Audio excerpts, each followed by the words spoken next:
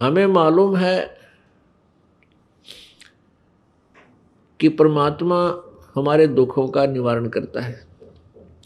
उस उद्देश्य से हम घर से निकलते हैं। जिसको जैसा भी ज्ञान होता है, कोई मंदिर में जाता है, कोई मस्जिद में, कोई गुरुद्वारे में, कोई चर्च में, कोई किसी तीर्थ धाम पर जाता है, कोई किसी तालाब पर स्नानार्थ जाता है, और कोई संतों के पास जाता है। वहां जाने के बाद फिर भी वो सुखी नहीं हो रहा। उसका कारण क्या है? सबसे पहले हमने ये जानना होगा, जिस संत के पास आप जाते हो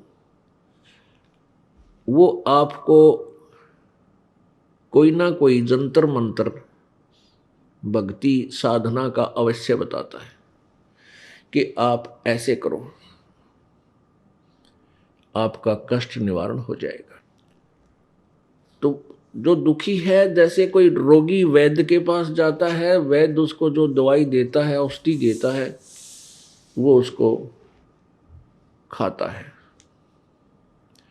और बताए अनुसार सारी परहेज रखता है, और फिर भी उसको आराम नहीं हो रहा तो डॉक्टर ठीक नहीं, वो दवाई सही नहीं लगी तेरी, वो डॉक्टर ठीक नहीं, वो वैद्य ठीक नहीं, उसको ज्ञान नहीं है, आपकी बीमारी से, रोग से परिचित नहीं है।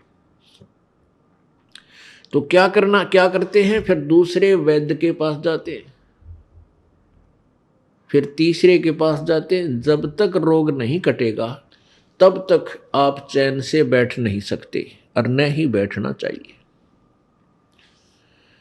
अब कुछ पुण्यात्माएं संतों के पास चले गए, किसी को 2 वर्ष हो गए, किसी को 10 वर्ष, किसी को 20 वर्ष।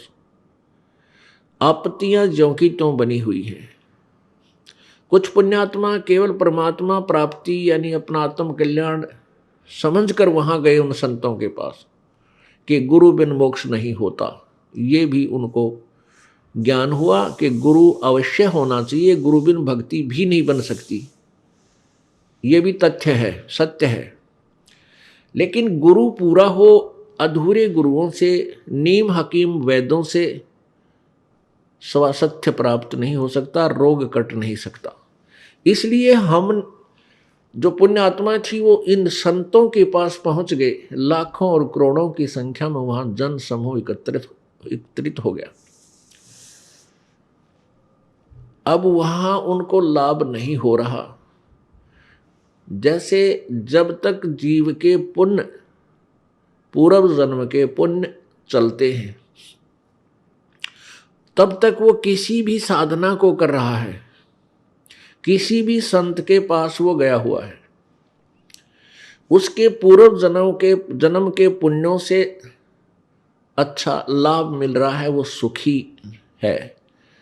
जैसे किसी का अच्छा कारोबार चल रहा है, घर में संतान बेटा बेटी हो गए, फिर उनकी पढ़ाई अच्छी होगी, उनको अच्छी नौकरियां मिल गई, अच्छे स्थानों पर उनका विवाह संस्कार हो गया, तो वो भक्त उन संतों के पास था, तो उसने ये सोचा कि जो गुरुजी ने मुझे मंत्र दे रखा है इससे मुझे लाभ हुआ। और उसी गुरुजी के पास ऐसे भी व्यक्ति हैं जो दुखी गए थे और उससे भी और दुखी हो गए। वही साधना, वही भक्ति वो कर रहे हैं, क्योंकि उन जिनके सर्व सुख थे, सब कार्य ठीक हुए, उनके पूर्व जन्म के पुण्य उनके साथ थे।